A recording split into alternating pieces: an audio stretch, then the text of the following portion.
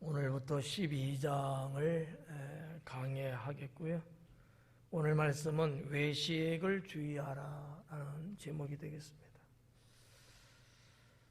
여러분 외식 좋아하시죠? 그 외식이 아니에요.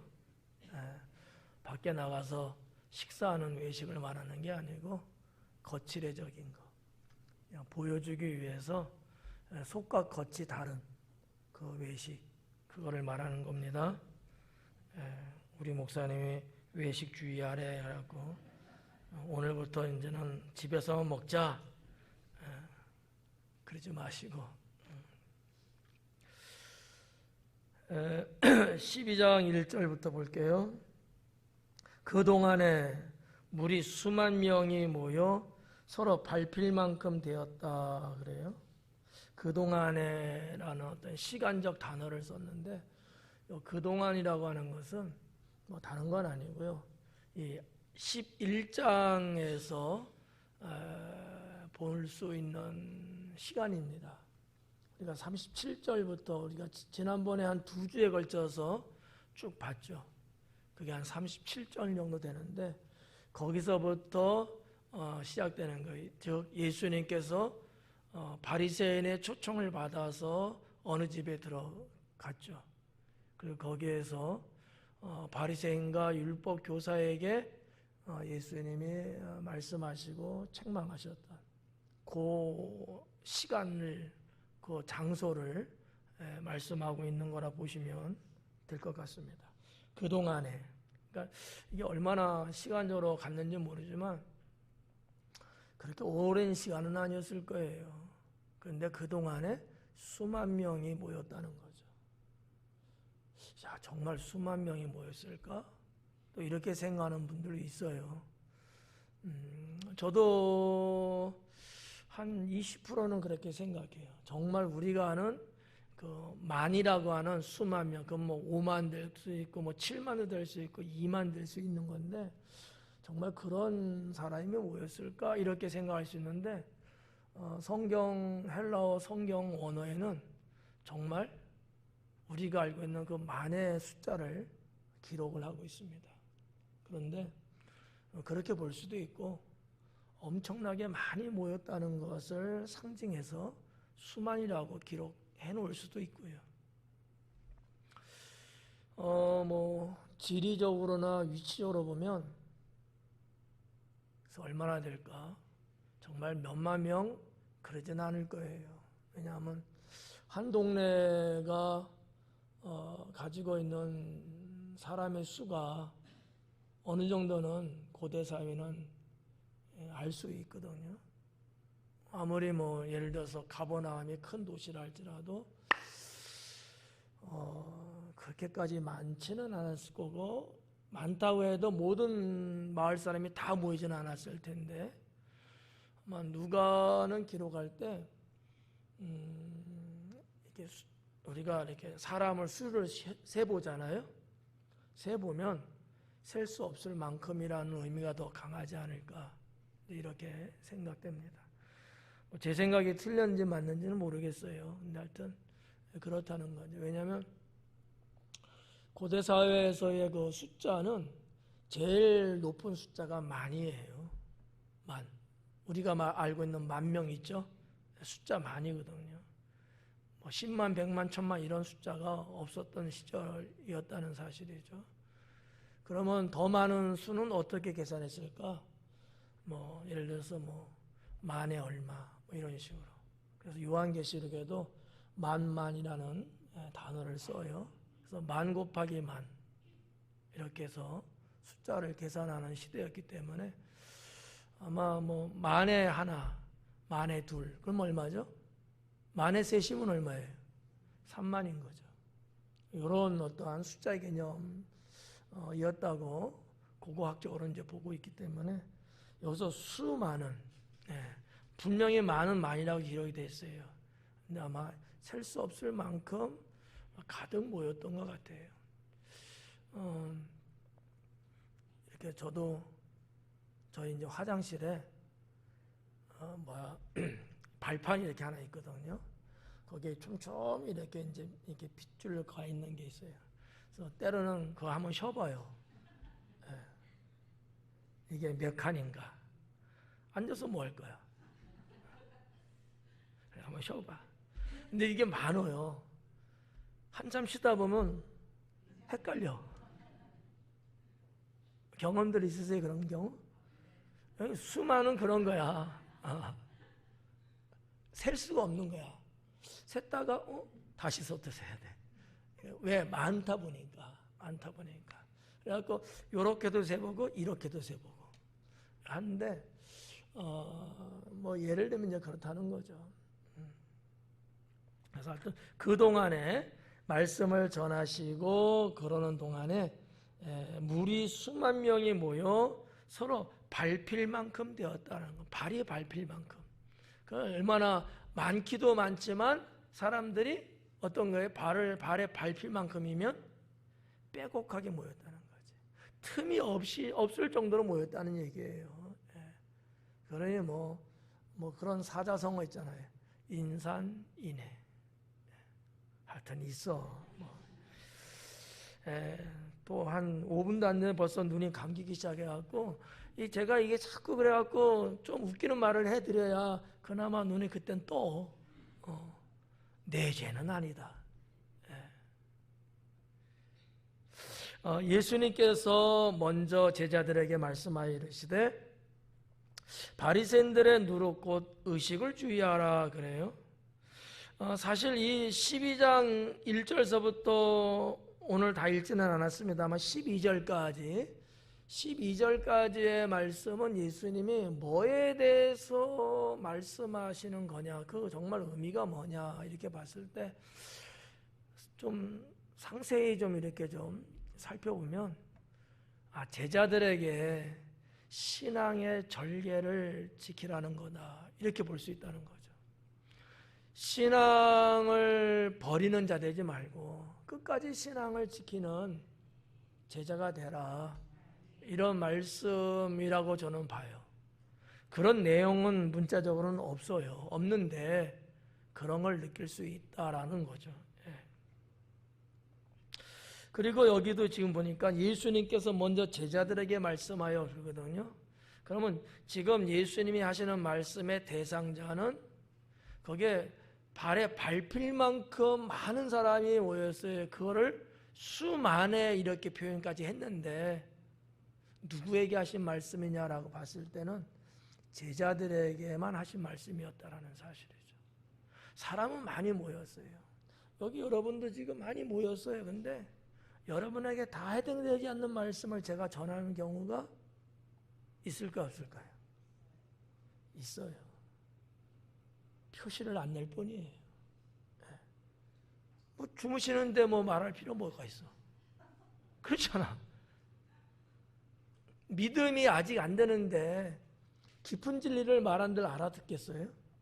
몰라요. 때로는 이런 말씀 안에 그런 핵심적인 말씀을 특히 어느 신앙 정도 갖고 있는 분들에게 말하는 경우가 솔직하게 있다라는 얘기죠. 기분 나쁘셔요? 어떡하겠어? 여기도 봐봐요.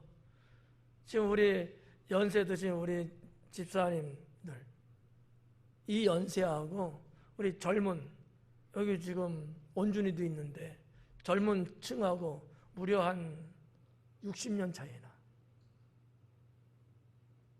어디다가 초점을 맞춰야 돼? 젊은 사람한테 말하려면 연세 드신 분이 알아듣기 좀 어려울 수 있고, 연세 드신 어르신한테 맞추려고 하니까 젊은이들은 싱겁다고 생각할 수도 있고 그렇거든요. 그래서 때로는 이쪽에다가도 해당되는 말씀을 이쪽에 좀 강조하고, 때로는 이쪽이 좀 해당되는 분에게 이쪽에도 좀 그렇게 좀 신경을 쓰고 이제 이렇게 되는 거죠. 그러고 보면 저는 참 착한 목사야. 이것저것 헤아려서 해드리려고 하니까 우리 뭐 주부들 그런 거 있지 않아요? 자식이 여럿 있으면 성재 있고 민혜 있고 산재 있고 다 식성이 다를 거야. 형제지만 그러면 이놈한테는 이런 것을 또 해주고 이놈에게는 또 이런 또 반찬거리 해주고 그렇지. 그게 엄마의 마음이거든. 그런 거예요. 그러니까 그냥 이런 말하면 안 졸거든. 진리는 졸아. 비진리는 안 졸아.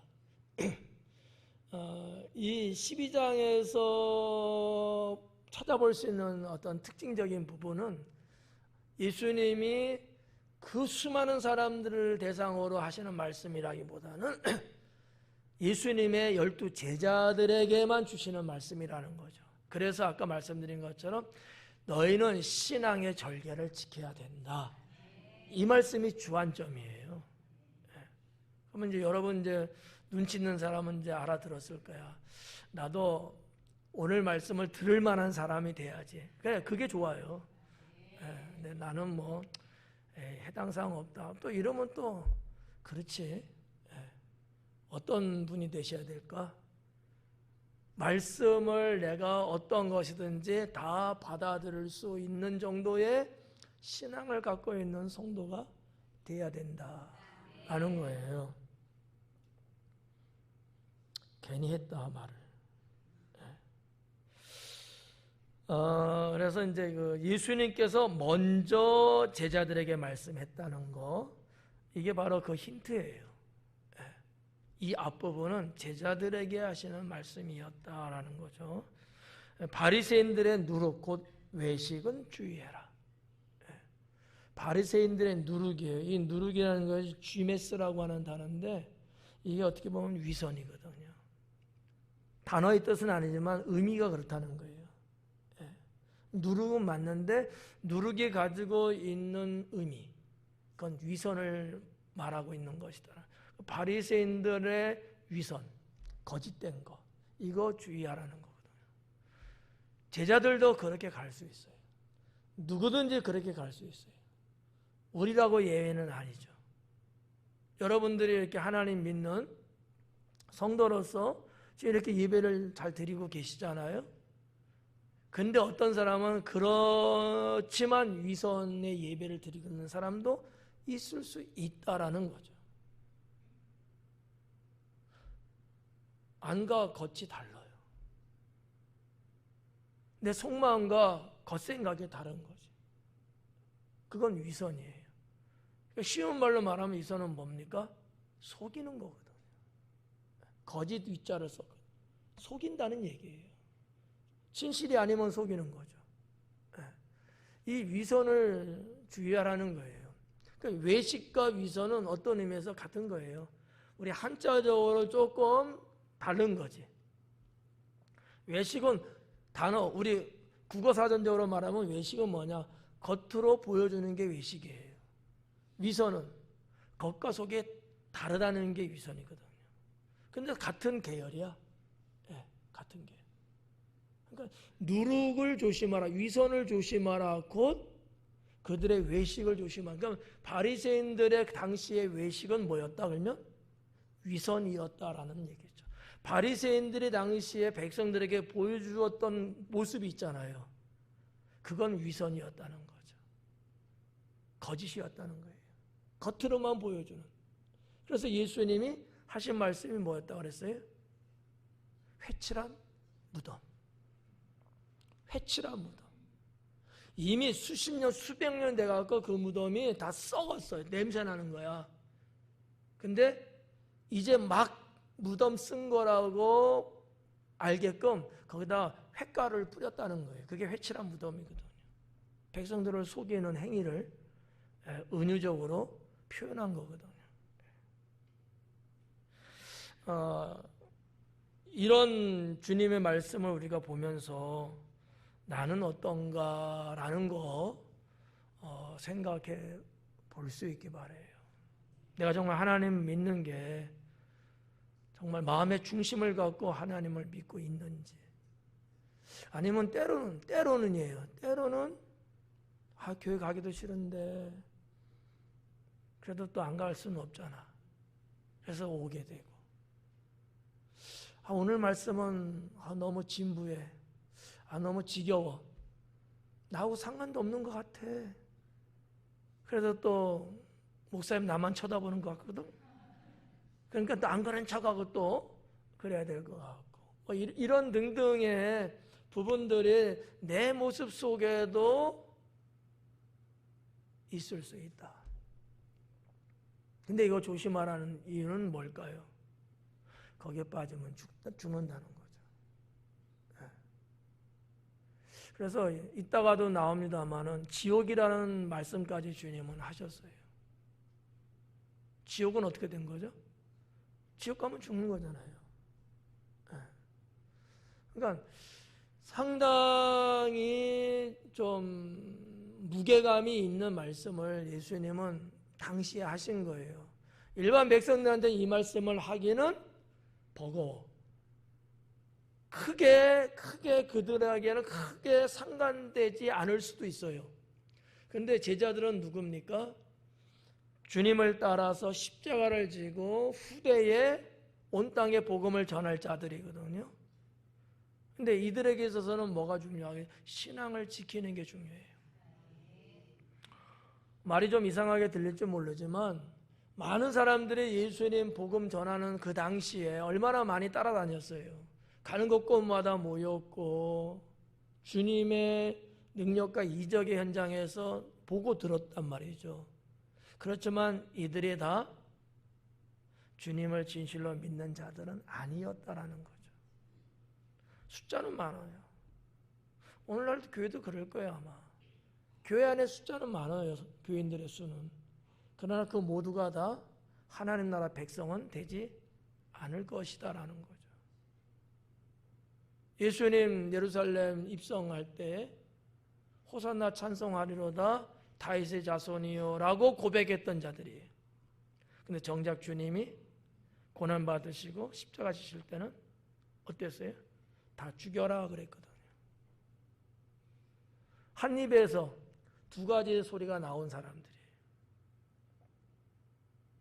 그래서 그런 말씀이 한 입으로 두 말을 하지 말라는 거 아니에요. 찬양하고 아멘하고 그렇게 열광했던 이들이 예수님을 죽이는데 앞장섰던 사람들이에요. 무슨 얘기일까요? 그만큼 믿음은 없이. 신기하잖아요. 못 들은 말을 하고 있잖아요. 여러 가지가 관심사였어. 그래서 쫓아다니고 어쩌고 그랬던 것이 막 거의 다였지 않았을까라는 거죠. 하나님 나라의 영원 구원은 거기에선 찾아볼 수 없다. 네. 여러분들이 하나님을 믿는다고 하고 한다면 그와 같은 사람이 돼서는 안 된다는 거죠. 정말 마음을 진실하게 믿을 수 있는 그 신앙을 가지셔야 된다는 거죠.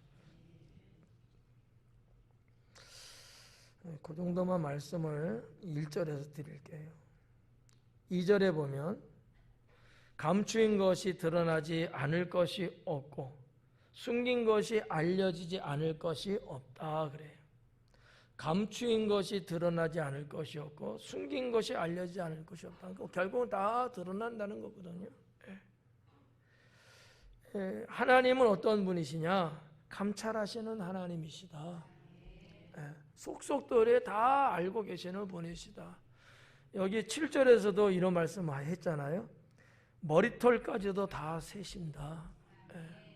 여러분은 자신의 머리카락이 몇 개인지 다 알고 계시죠? 몰라요? 하나님은 아신다는 거예요. 모든 사람의 머리털을 다 아신다. 이것은 상당히 비유적이기도 하고 그렇긴 한데 그만큼 하나님은 다 아시는 분. 그래서 우리가 아무리 감추려고 하고 숨기려고 하고 그런다 해도 다 알게끔 되어 있다라는 거죠. 근데 이 말이 봐봐, 좀 전에 위선이라는 단어하고 연결을 시켜 보셔야 돼요. 위선은 뭐예요? 겉과 속이 다르잖아요. 속은 이런데 겉은 안 그런 척 하잖아요. 그게 다 드러난다는 거죠. 그럼 우리가 인생을 살고 신앙의 삶을 살아가는데 자, 속인다. 거짓말한다. 이게 될까 안 될까요? 안 되는 거예요. 하나님은 속지도 않고 속이지도 않으신다 그랬거든요. 예, 결국은 불언간에 그게 다 드러난다는 거예요. 하나님은 그 있는 그대로 다 심판하신다는 거죠. 예, 그래서 행여나 우리는 그런 인생 살면 안 된다. 근데 종종 가끔이라고 할까? 자꾸 이렇게 겉과 속이 다른 위선적이고 또 순간순간 거짓말하고 속이려고 하는 이런 것들이 어때요? 있어요? 없어요? 있죠? 예, 없다고 하는 것도 하나님 다 알아. 예, 있다니까. 여기서 벗어나려고 하셔야 돼요. 내가 연약해서 인간의 생각이 아직도 남아있어서 자꾸 순간 그러고 싶은 충동이 생기긴 해요. 사람이니까 이걸 이겨나가야 돼요. 그래서 진실해야 되고 거짓이 없어야 되고 그렇게 살아야 된다는 거죠. 근데 하도 세상이 이상한 세상이 돼갖고 또 뭐 선의 거짓이라는 단어도 있고 막 그러잖아요. 백색 거짓이라는 말도 나오고 근데 이 말에 여러분 위로받으면 안 돼요. 하나님은 그것까지도 심판하신다는 거죠. 중요한 건 뭐냐? 때로는 성경에도 거짓이라는 그런 것들이 좀 있어요. 근데 참 위험한 이야기인데 하나님의 뜻을 이루기 위해서 사용되는 경우들이 있었어요. 그래서 때로는 하나님께서 영으로 속게끔 만들어요. 심판하시려고. 이게 참 이제 어려운 거예요. 분별하기가. 어떤 사람은 성령이 감동 주셔서 성령이 뭐 주님이 말씀하셔서 이런 얘기들을 해요. 그러면 100이면 100 다 그러면 그래야지 이렇게 말하죠.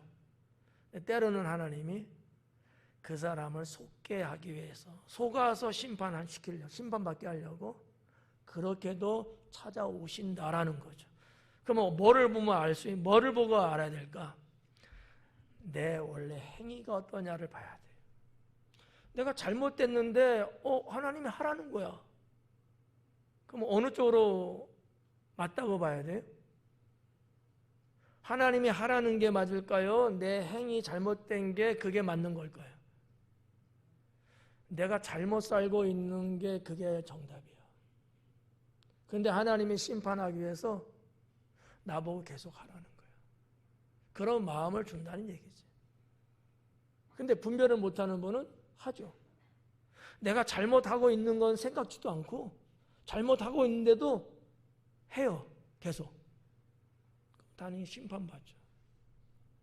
이런 말씀들이 성경 몇 군데 좀 기록되고 있다라는 거죠. 또 조심해야 된다는 거예요. 그래서 예수님 말씀을 우리가 놓고 보면 그 나무는 열매를 보고 안다 그랬듯이 내가 보든 누가 보든 행위가 잘못됐다? 근데 잘 된다고 한다? 그건 틀린 거예요. 그건 지금 속고 있는 거예요. 구분 가요? 내가 제대로 지금 신앙으로 안 살고 있어. 근데 우리 목사님이 하나님 축복하신데 어떤 게 맞는 거예요? 축복하신 데가 맞아요. 내가 잘못된 게 사실이에요. 잘못된 게 사실이야. 축복 안 해요. 속이고 있는 거예요. 그래도 성도들은 목사님이 축복한다는 말 듣기 좋아하잖아. 안 그래? 좋아하죠? 이게 이제 신앙의 맹점이라는 거죠. 좋아하면 안 되죠. 책망을 좋아해야죠. 근데 책망은 싫어. 축복의 말씀은 좋아. 그걸 원해 자꾸. 그래서 멸망하는 거예요. 책망은 생명을 살리고요. 네. 죄악의 축복은 생명을 죽이게 됩니다. 이걸 구별하셔야 된다는 거죠. 목사님들이 이거를 아주 지혜롭게 구별해서 성도들을 가르치고 양육하면 좋은데, 때로는 목사님들도 성도들이 좋아하는 달콤한 말을 자꾸 해주려고 그래요. 그래야지 좋아하니까. 근데 이거는 잘못된 거다라는 거죠.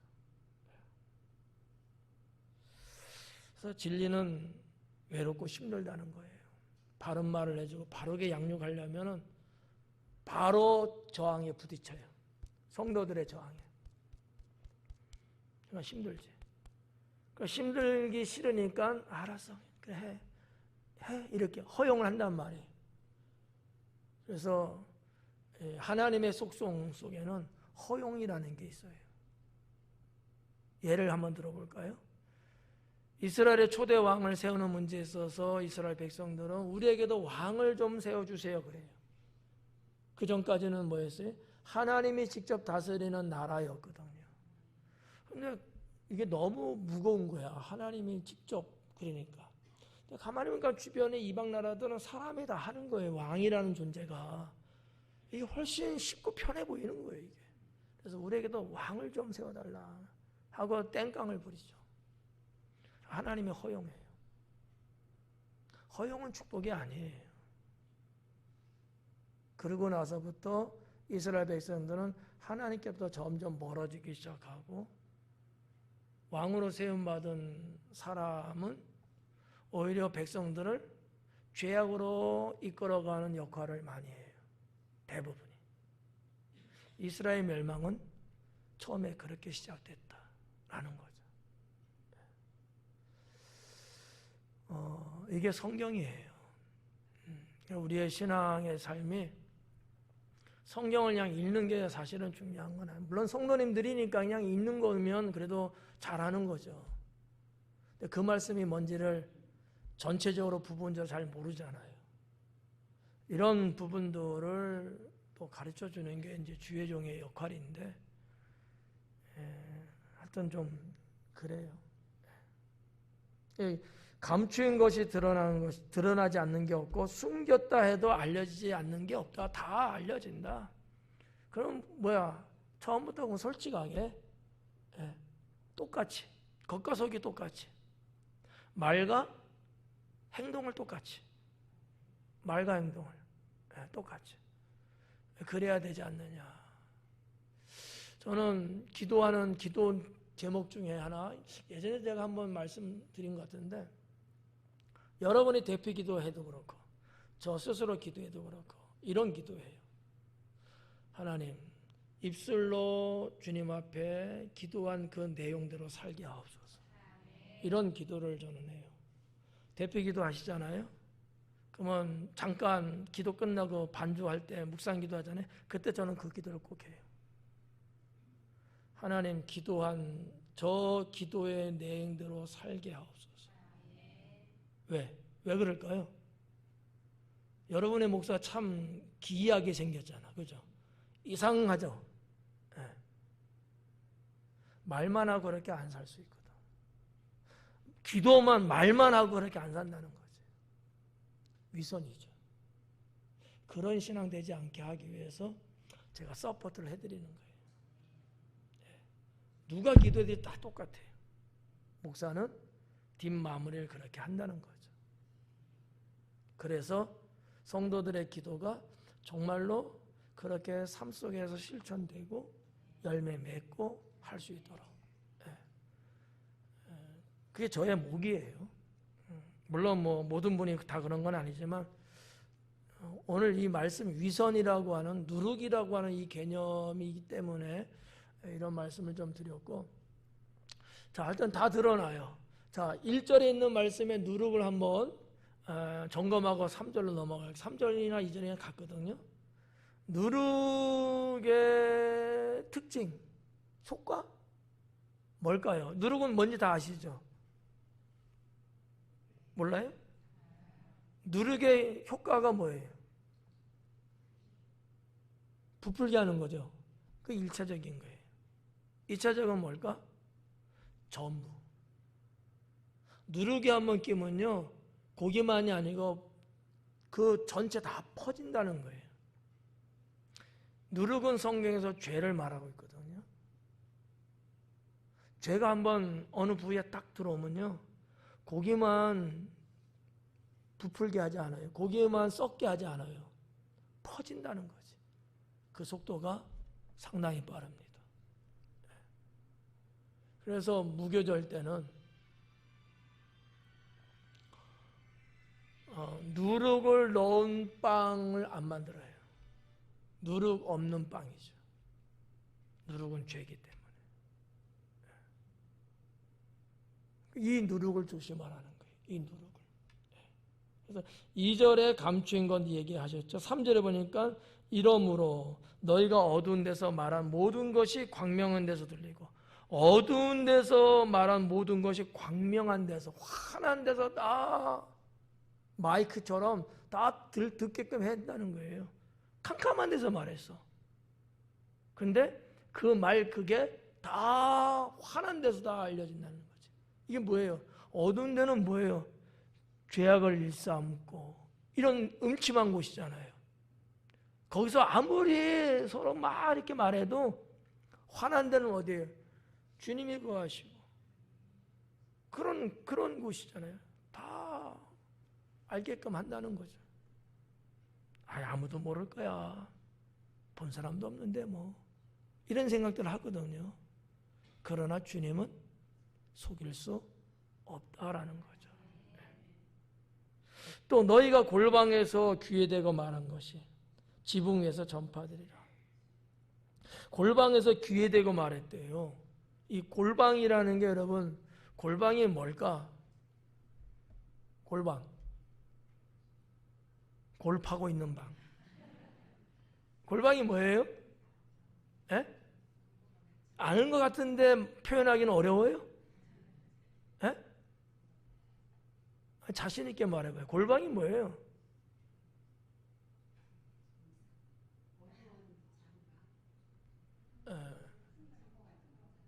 에? 조그만 방? 그럼 모든 조그만 방은 다 골방이에요? 어두운 데는 다 골방이에요? 우리가 이 골방은 뭔지는 알아. 심적으로는 아는데 이거 말로 표현하기가 조금 그렇죠. 골방은 뭐 여러분 말씀한 게 뭐 틀린 건 아니에요. 집 안에 어느 귀퉁이에 있는 작은 어두운 방이거든. 안방을 골방이라고 말하지는 않죠. 불 끄면 캄캄하잖아. 골방은 아니에요, 그죠? 원래 집 안에 어느 짜투리 공간이 있어요. 하여튼 작은 공간이죠. 그 한쪽을 이제 말하는 건데, 근데 이 유대인들에 있어서의 골방은 좀 달라요. 여기는요, 보물들을 몰래 감춰놓는 방, 그런 곳이야. 누구도 손대지 않을 정도의 그런. 근데 이게 그냥 버려진 공간이 아니고요. 안방이 그들도 있을 거 아닙니까? 큰. 거기에 사람이 손대지 않고 귀중품을 갖다 둔다든지 아니면 비밀리 무슨 대화를 이럴 때 사용되는 방이 골방이거든. 그러니까 우리의 골방은 마치 뭐 아이고 뭐 버려지고 뭐 무시당하는 정도의 방 개념인데 유대인들의 골방은 아니라는 거지. 방 중에서 가장 사실은 값어치가 나가는 방이야. 그렇다고 해서 그렇다고 해서 그 방이 막 크냐 그러지는 않아요. 창고 같은 방은 방인데 우리는 쓸데없는 거 놔두는 방이잖아. 거기들은 아니라는 거죠. 그들은 가장 좋은 것을 숨겨놓는 그 정도의 방. 그게 좀 다르다는 거죠. 근데 그 골방에서 귀에 대고 말했대요. 누가 알아요, 근데? 그 골방에서 접근하지 못하고 막 그런 곳에서 더구나 이렇게 귀에 대고 말했는데 이게 알려질 리가 있어요? 저쪽 방에서 들을 수 있어요? 못 들어요. 요거를 은유적으로 지금 표현한 거예요, 누가는. 그런 말일지라도 뭐라 그래요? 지붕 위에서 전파되리라. 이런 말도 새 나간다는 거야. 그래서 누군가 지붕에서 여러분 우리 집 골방에서 이런 말 했대요. 이러면서 나는 이렇게 말했는데 이 말을 마치 확성기를 대고 말하는 것처럼 떠들어 대도록 다 알려지게 된다라는 얘기죠. 하나님은 어떠한 분이시고 그 하나님 앞에 우리의 존재는 어떻게 살아야 되는가를 가르쳐주고 있는 말씀이 아닐까 이렇게 생각됩니다.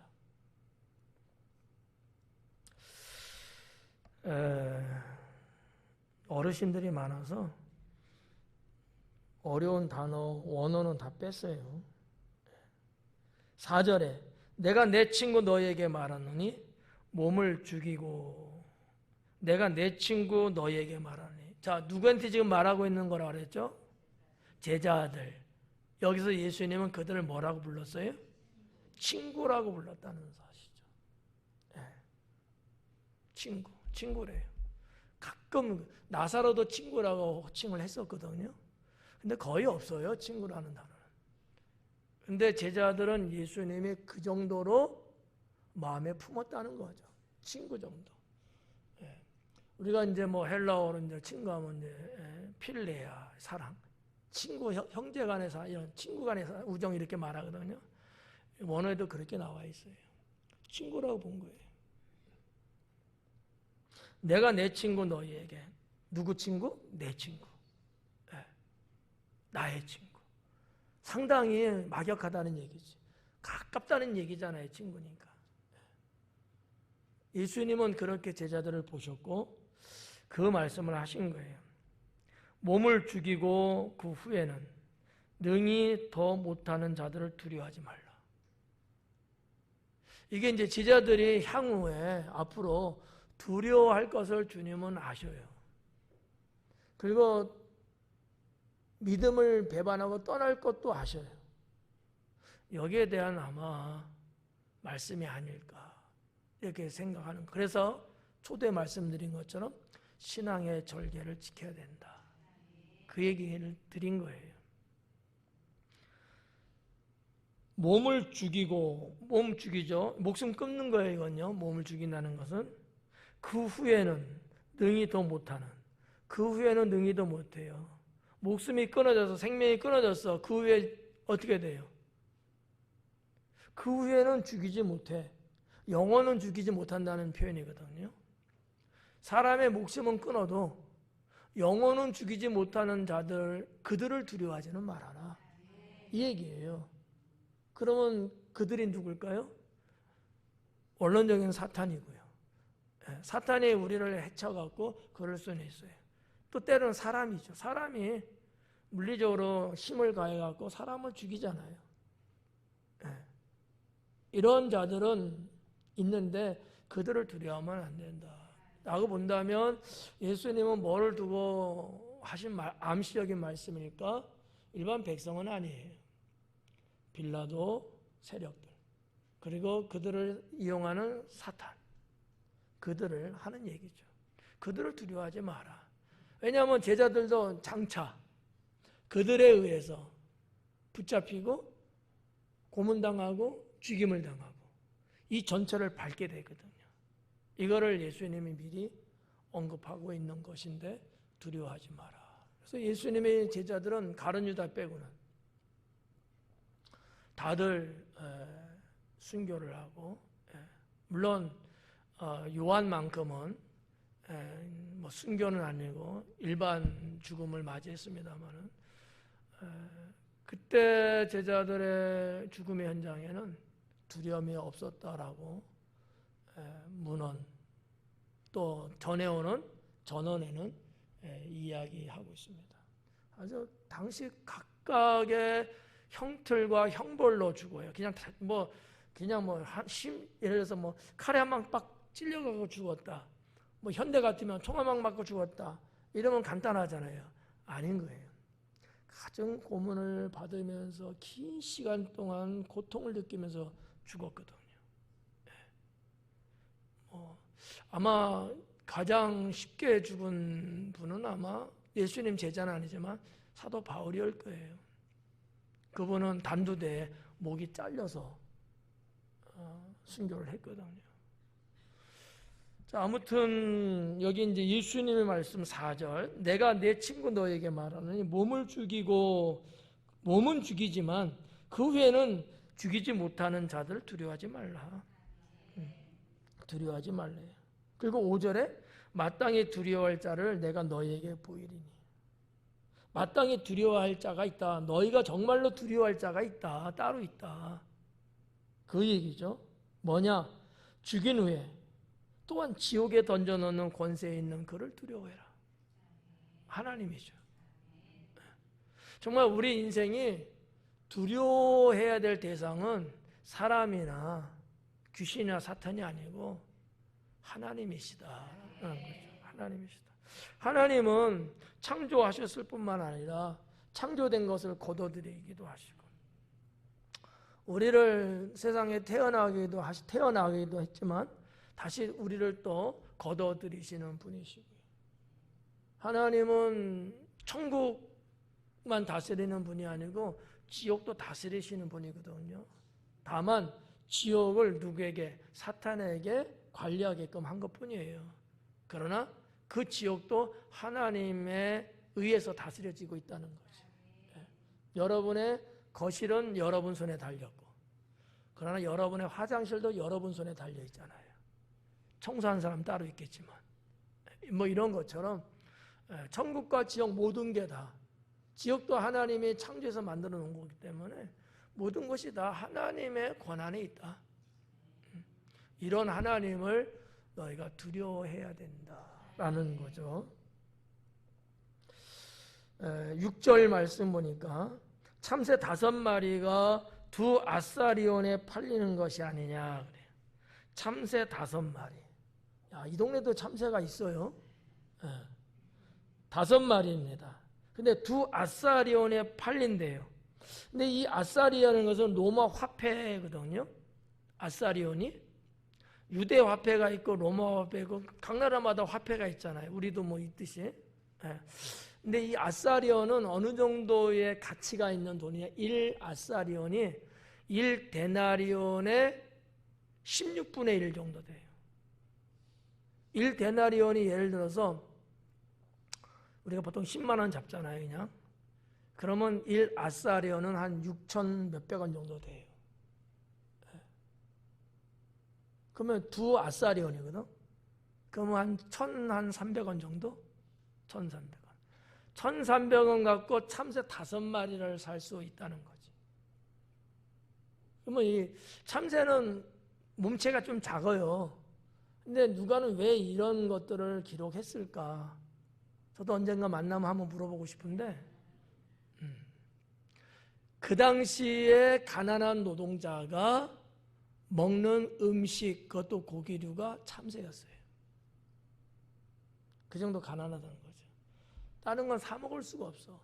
1,300원이면 노동자의 노동시간을 따지면 1시간 일하고 받는 거예요. 1,300원 정도가.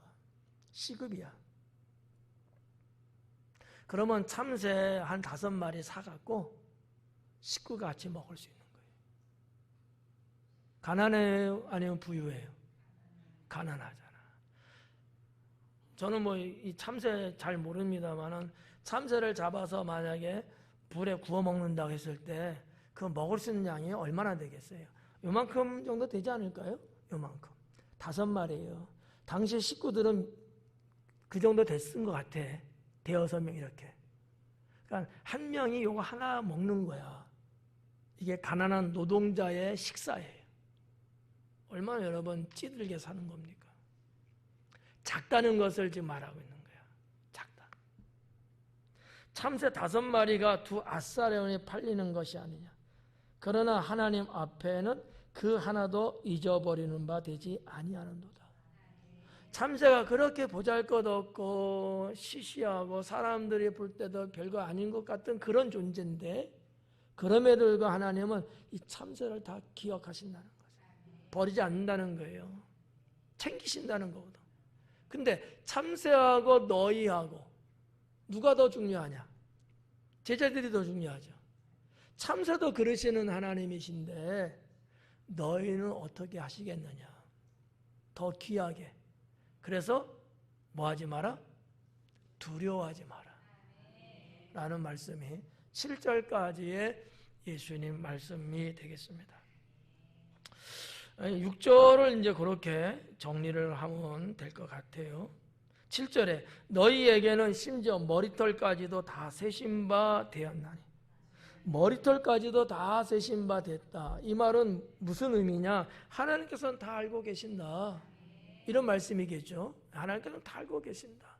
거기에 더해서 보면 이런 거예요. 내가 너희는 감당하고 있다. 내가 너희를 책임지고 있다. 이런 거예요. 우리도 살면서 그런 게 있잖아요. 내가 막 고심하고 있는데 누가 와갖고 걱정하지 마, 내가 책임질게. 그러면 무거운 짐에서 벗어나잖아. 그러니까 제자들이 향후에 복음 사역하고 이러면서 지금은 예수님이 옆에 계시니까 듬직한 게 아마 있었을 거예요. 근데 예수님이 떠난 이후에 본인들이 이제 각자 이제 복음을 전할 때 핍박이 들어오고 죽음이 이제 올 텐데 두렵잖아요. 근데 예수님은 그거를 내다보시고 내가 책임져주고 내가 감당할 수 있으니까, 하나님은 그런 분이니까 두려워하지 마라. 상당한 위안을 주시는 거예요.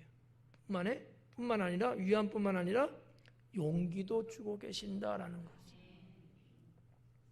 이런 것들을 여러분들이 신앙으로 가질 수 있어야 돼요.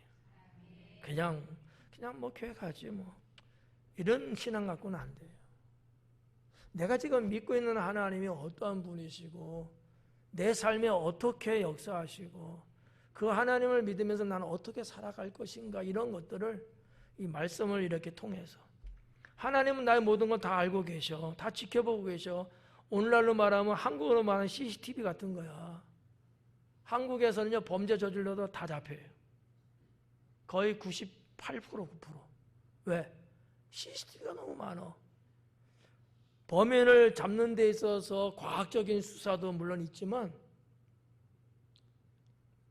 이게 범인이 도망가는 동선을 다 알고 있어. 차량마다 다 블랙박스가 있어. 그죠? 주차해놨는데 그게 다 찍고 있어 지금. 이런 것을 다 해서 수집하면요 결국 범인은 잡혀요. 한국은 그런 동네야. 대단한 동네에 여러분 살고 계신 거야. 죄 짓고 도망갈 생각 바로. 예를 들면 그렇다는 거예요. 하나님 모든 걸 다 알고 계신다. 머리털까지, 머리카락이 몇 개인까지 다 세시는 그 하나님 다 알고 계신다. 그만큼 하나님은 너를 계속 주시하고 있어. 누가 너를 해치고자 할 때 하나님이 개입하시는 거야. 누가 너에게 나쁜 일 하려고 그래? 하나님이 막으시는 거야. 왜? 아니까, 보고 계시니까. 그러니까 뭐예요? 걱정하지 마. 용기를 주신다는 거지. 그런 내용을 여러분이 오늘 이 말씀 속에서 신앙으로 받아들이면 좋겠다. 그렇게 두려워하지 말라. 너희는 많은 참새보다 더 귀하니라. 자, 여기서 말하는 너희는 누구죠? 제자들이죠. 제자들인데 오늘 우리로 보면 뭐냐? 믿음의 성도, 하나님께 헌신하는 성도, 사명으로 살아가는 성도가 해당됩니다. 이 제자급, 제자라는 이 부류하고 하나님 믿는 성도 아니에요. 기분 나쁘면 지금 말씀하세요. 제자들하고 동급, 당시의 제자들하고 동급 정도 되는 성도는 어떤 사람들일까? 라고 보는 거예요. 일반 성도는 아니에요. 믿음으로 살아가면서 헌신하는 성도, 자기에게 주어진 일에 충성하고 사명으로 사는 성도, 이런 성도가 제자하고 동급이라는 거지. 그거를 말하는 거예요.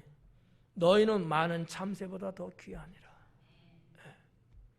그러면 하나님은 그 정도 되지 않는 성도들은 개무시하시는 건가? 죽어도 된다는 건가? 그 얘기는 아니에요. 그 얘기는 아닌데 참새보다 더 귀하다. 참새는 일반급을 표현한 거예요. 참새는 일반급이에요. 제자들은 더 윗급이죠. 저는 이런 걸 통해서 부정으로 여러분이 생각하지는 말고 나도 더 존귀한 성도로서, 나도 우리 하나님 보시기에 나도 좀 특별한 그런 성도의 신앙으로 나도 가야 되겠다. 이렇게 신앙으로 받아들여야 된다고 저는 믿는 거죠. 제가 말씀드렸다시피